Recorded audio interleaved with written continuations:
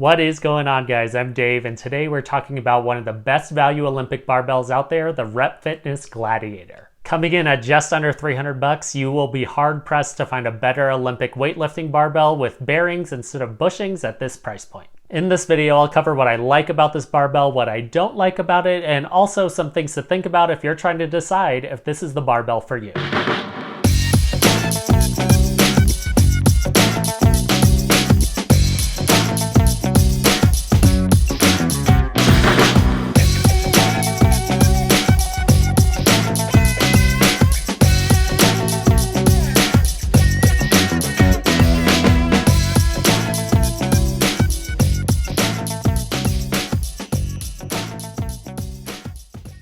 Let's start with the diameter. We talk about girth.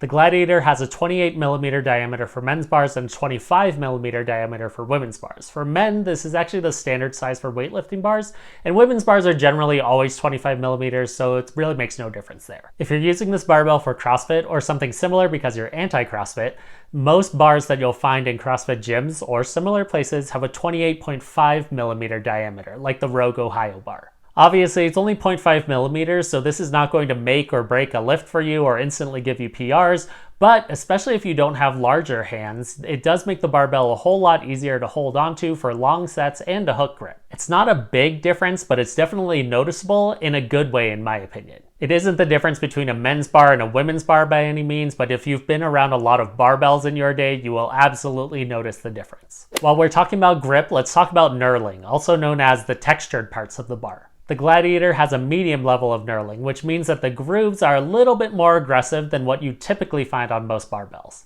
Also, the Gladiator has no centered knurling, so if you're planning to do a bunch of heavy cleans with it, you won't end up with one of those scratches on your neck. When you compare the knurling to a near generic barbell, like an Again Faster or a Rage Fitness or something like that, you will absolutely notice the difference in knurling. I have a budget Rage Fitness barbell, and the knurling almost feels smooth in comparison. That being said, I wouldn't say that the Gladiator digs into your hands, but it does walk a very fine line between comfort and feeling almost scratchy. This is definitely going to come down to personal preference and what you're going to use this barbell for. If you're using the bar primarily for short sets of Olympic lifts, you're good. You'll probably actually enjoy the extra grip because the barbell will almost feel like it's sticking to your hands compared to other barbells. However, if you're doing a bunch of 21-15-9s, death bys, Isabels, or Graces, or something similar, you're gonna feel it on your hands. It's going to be fine for most people, and definitely it's something that you can get used to, but you will notice. If you feel like most bars are too slippery, either because you have sweaty hands, or you just think that the bars could use a little bit more grip, this might be exactly what you're looking for.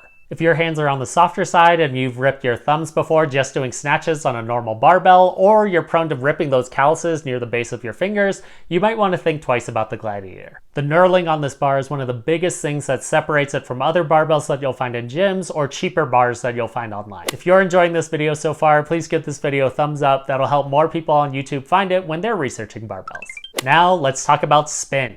With needle bearings instead of bushings, the Gladiator sleeves have plenty of spin to them, some of the best that you'll find at this price point. I live pretty close to the Rep Fitness showroom in Colorado, and I've pretty much played with every piece of equipment that they have. When you compare the spin on the Gladiator with its bearings to the spin on the lower price Sabre with its bushings, there's really no comparison. So why does this matter? When a barbell has good spin to it, this allows the plates to spin while you're moving the barbell, which reduces the amount of force generated by the inertia of the weights. This makes lifts smoother, easier, and it helps prevent weird wrist and elbow injuries. If you've ever used a really crappy barbell, one where the sleeves barely turn, you've felt this inertia before. Even if you have great form on your lifts, if the barbell doesn't spin, you're gonna feel like you're almost being pulled forward when you're moving the barbell. While it's hard to make blanket statements, a large majority of people are going to prefer a barbell with needle bearings over bushings when it comes to fast Olympic lifts. We're talking about things like clean and jerks and snatches. Needle bearings generally have better spins, and most home gymmers are going to like it if you're planning on using it for Olympic lifts. On the other hand, some people prefer barbells with bushings for the slower lifts, things like deadlifts, squats, and bench press.